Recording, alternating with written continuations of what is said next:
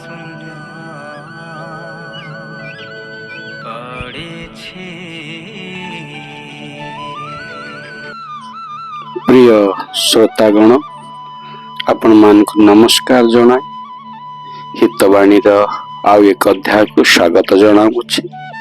ପ୍ରଭୁ ଯୀଶୁଖ୍ରୀଷ୍ଟ ଶାସ୍ତ୍ରର ବାକ୍ୟ ଅନୁସାରେ ସେ କ୍ରୁଶରେ ମୃତ୍ୟୁଭୋଗ କଲେ, ସମାଧି ପାଇଲା, ତୃତୀୟ ଦିନ ଜୀବିତ ହୋଇଥିଲେ। 40 ଦିନ ଏହି ଜଗତରେ ରହିଲେ, ତାପରେ ସ୍ୱଦେଶରେ ସ୍ୱର୍ଗାରୋହଣ କଲେ। ସାଧୁ ପାଉଲ କରନ୍ଥୀୟ ପତ୍ର ଲେଖିବା ସମୟରେ ଏହି ପ୍ରକାର ସେ ଲେଖନ୍ତି, ଯାହା ସେ ପ୍ରଭୁ ଯୀଶୁଖ୍ରୀଷ୍ଟଙ୍କ ଠାରୁ ଶିକ୍ଷା ପ୍ରାପ୍ତ ହୋଇଥିଲେ। ଆଉ ସେ କୁହନ୍ତି, ଏହି ପ୍ରଧାନ ଶିକ୍ଷା ତୁମମାନଙ୍କୁ ପ୍ରଦାନ କରୁଥିଲି, ଯଥା ଖ୍ରୀଷ୍ଟ ଶାସ୍ତ୍ର ଅନୁସାରେ ଆମ୍ଭମାନଙ୍କ ପାପ ନିମନ୍ତେ ମୃତ୍ୟୁଭୋଗ କଲେ, ସମାଧି ପ୍ରାପ୍ତ ହେଲେ, ଶାସ୍ତ୍ର ଅନୁସାରେ ତୃତୀୟ ଦିନରେ ଉତ୍ଥିତ ହେଲେ। ସେ କେଫାକୁ ଆଉ ତାପରେ ଦ୍ୱାଦଶଙ୍କୁ ଦର୍ଶନ ଦେଲେ। ଏଥିରେ ଏକାଥରେ 500 ଠାରୁ ଅଧିକ ଭାଇମାନଙ୍କୁ ଦର୍ଶନ ଦେଲେ। ସେମାନଙ୍କ ମଧ୍ୟରେ ଅଧିକାଂଶ ଆଜି ପର୍ଯ୍ୟନ୍ତ ଜୀବିତ ଅଛନ୍ତି, କିନ୍ତୁ କେହି କେହି ମହାନିଦ୍ରା ପ୍ରାପ୍ତ ହୋଇଅଛନ୍ତି। ତତ୍ପରେ ସେ ଯାକୋବଙ୍କୁ ଆଉ ପରେ ସମସ୍ତ ପ୍ରେରିତଙ୍କୁ ଦର୍ଶନ ଦେଲେ। ଅବଶେଷରେ ଅକାଳଜାତ ପରି ଜଣେ ଯିଏ ସେ ମୋତେ ମଧ୍ୟ ଦର୍ଶନ ଦେଲେ। ପ୍ରିୟ ବନ୍ଧୁଗଣ, ମାଥିଲଙ୍କ ସୁସମାଚାର ଆମେ ପଢୁ। ପ୍ରଭୁ ଯୀଶୁ ପୁନରୁତ୍ଥାନ ପରେ 40 ଦିନ ଜଗତରେ ବାସ କରିବା ସମୟରେ ସେ ବିଭିନ୍ନ ସମୟରେ ଶିଷ୍ୟମାନଙ୍କୁ ଦର୍ଶନ ଦେଇ ଆଉ ସେ ଏହି କଥା ସେମାନେ କହିଲେ, ଯାହା ଆମେ ମାଥିଲଙ୍କ ସୁସମାଚାର 28 ଅଧ୍ୟାୟ 18 ପଦରେ ପଢୁ। ଯୀଶୁ ସେମାନଙ୍କ ନିକଟକୁ ଆସି ଆଳାପ କରି କହିଲେ, ସ୍ୱର୍ଗ ଓ ପୃଥିବୀର ସମସ୍ତ ଅଧିକାର ମୋତେ ପ୍ରଦତ୍ତ ହୋଇଅଛି। ଅତଏବ ତୁମେମାନେ ଯାଇ ସମସ୍ତ ଜାତିର ଲୋକଙ୍କୁ ପିତା, ପୁତ୍ର ଓ ପବିତ୍ର ଆତ୍ମାଙ୍କ ନାମରେ ବାପ୍ତିସ୍ମ ଦେଇ ମୁଁ ତୁମମାନଙ୍କୁ ଯେଉଁ ଯେଉଁ ଆଜ୍ଞା ଦେଉଅଛି ସେହି ସବୁ ପାଳନ କରିବାକୁ ଶିକ୍ଷା ଦେଇ ସେମାନଙ୍କୁ ଶିଷ୍ୟ କର। ଆଉ ଦେଖ, ଯୁଗାନ୍ତ ପର୍ଯ୍ୟନ୍ତ ସଦାସର୍ବଦା ମୁଁ ତୁମମାନଙ୍କ ସଙ୍ଗେ ସଙ୍ଗେ ଅଛି। ପୁନର୍ବାର ମାର୍କ ଲିଖିତ ସୁସମାଚାରରେ ଆମେ ପଢୁ, ଯୀଶୁ ସେମାନଙ୍କୁ କହିଲେ, ତୁମେମାନେ ସମୁଦାୟ ଜଗତକୁ ଯାଇ ସମସ୍ତ ମାନବ ଜାତି ନିକଟରେ ସୁସମାଚାର ଘୋଷଣା କର। ଯିଏ ବିଶ୍ୱାସ କରି ବାପ୍ତିଜିତ ହୁଏ ସେ ପରିତ୍ରାଣ ପାଇବ, କିନ୍ତୁ ଯିଏ ଅବିଶ୍ୱାସ କରେ ସେ ଦଣ୍ଡାଜ୍ଞା ପାଇବ। ଆସନ୍ତୁ ଆଜିର ହିତବାଣୀରେ ଆଜି ବିଶେଷ ଦିବସ ଇଷ୍ଟର ସଣ୍ଡେରେ ପ୍ରଭୁଙ୍କର ବାକ୍ୟକୁ ଶ୍ରବଣ କରିବା।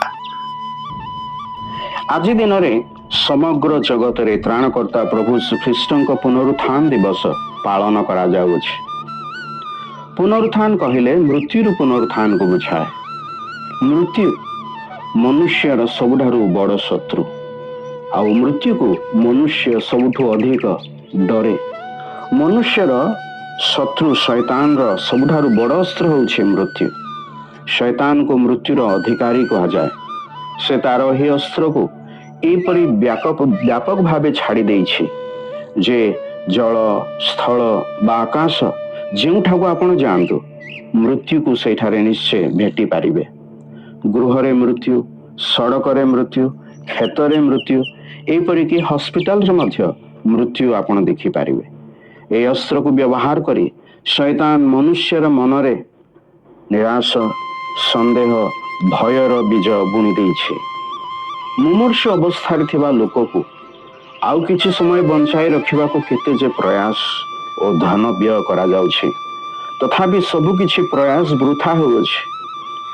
ତେବେ ଆଜିର ଶୁଭବାର୍ତ୍ତା ହେଉଛି, ଆପଣ ଓ ମୁଁ ମୃତ୍ୟୁର ଭୟରେ ରହିବା ଆଉ ଆବଶ୍ୟକ ନାହିଁ।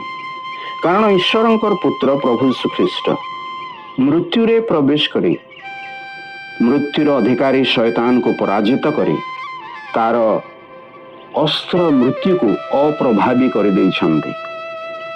ମନୁଷ୍ୟ ପାପ କରି ମୃତ୍ୟୁର ଅଧୀନ ହେଲା। ମୃତ୍ୟୁର ବନ୍ଧନରୁ ସେ ଆପେ ରକ୍ଷା ପାଇବା ସମ୍ପୂର୍ଣ୍ଣ ଅସମ୍ଭବ। ତେଣୁ ସ୍ୱୟଂ ପରମେଶ୍ୱର ପ୍ରଭୁ ଶ୍ରୀଖ୍ରୀଷ୍ଟଙ୍କୁ ଏହି ଧରାପୃଷ୍ଠକୁ ମାନବ ରୂପରେ ପ୍ରେରଣ କଲେ। ତାଙ୍କ ଜୀବନ କାଳରେ ସେ ଜନସମୂହକୁ ଆପଣ ମୃତ୍ୟୁ ଓ ପୁନରୁତ୍ଥାନ ସମ୍ବନ୍ଧରେ ଭବିଷ୍ୟତବାଣୀ ଦ୍ୱାରା କହୁଥିଲେ। ଯୀଶୁଖ୍ରୀଷ୍ଟ ସ୍ପଷ୍ଟ ରୂପେ କହିଲେ ଯେ ତାହାଙ୍କୁ ଅବଶ୍ୟ ଜେରୁସାଲାମକୁ ଯିବାକୁ ହେବ ଏବଂ ପ୍ରାଚୀନ ପ୍ରଧାନ ଯାଜକ ଓ ଶାସ୍ତ୍ରୀମାନଙ୍କ ହସ୍ତରୁ ବହୁତ ଦୁଃଖ ଭୋଗ କରି ହତ ହେବାକୁ ହେବ, ପୁଣି ତୃତୀୟ ଦିବସରେ ଉତ୍ଥିତ ହେବାକୁ ହେବ। କୌଣସି ସାଧାରଣ ମନୁଷ୍ୟ ଏପରି ସ୍ପଷ୍ଟ ଦାବି କରିପାରନ୍ତି ନାହିଁ। ସେ କହିଲେ ତାଙ୍କ ମୃତ୍ୟୁ ଯେପରି ଆବଶ୍ୟକ, ତାଙ୍କ ପୁନରୁତ୍ଥାନ ମଧ୍ୟ ସେହିପରି ଆବଶ୍ୟକ।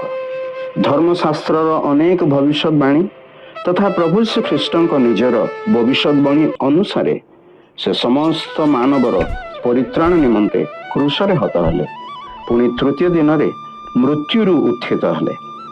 ଯେହେତୁ ସେ ମୃତ୍ୟୁରୁ ପୁନରୁତ୍ଥାନ କଲେ, ତେଣୁ ଆଜି ଯିଏ କେହି ତାଙ୍କ ନିକଟକୁ ବିଶ୍ୱାସରେ ଆସନ୍ତି, ସେ ସମସ୍ତଙ୍କୁ ସେ ପାପରୁ ପରିତ୍ରାଣ କରି ମୃତ୍ୟୁର ଭୟରୁ, ସନ୍ଦେହରୁ, ନିରାଶାରୁ ଉଦ୍ଧାର କରିବାକୁ ସକ୍ଷମ ଓ ଇଚ୍ଛୁକ ଅଟନ୍ତି। ପବିତ୍ର ବାଇବଲର ଯୋହନ 14 ଅଧ୍ୟାୟର 19 ପଦରେ ପ୍ରଭୁ ଶ୍ରୀଖ୍ରୀଷ୍ଟ ସ୍ୱୟଂ ଏହିପରି କହନ୍ତି, କାରଣ ମୁଁ ଜୀବିତ, ତୁମ୍ଭେମାନେ ମଧ୍ୟ ଜୀବିତ ରହିବ। ତେବେ ଏହି ବାର୍ତ୍ତା ବୁଝିବାକୁ ତଥା ଏହି ତ୍ରାଣକର୍ତ୍ତାଙ୍କୁ ଗ୍ରହଣ କରି ଏକ ସ୍ୱଚ୍ଛନ୍ଦ ଧନ୍ୟ ଜୀବନ ଯାପନ କରିବା ନିମନ୍ତେ ଈଶ୍ୱର ଆପଣଙ୍କୁ ଆଶୀର୍ବାଦ କରନ୍ତୁ।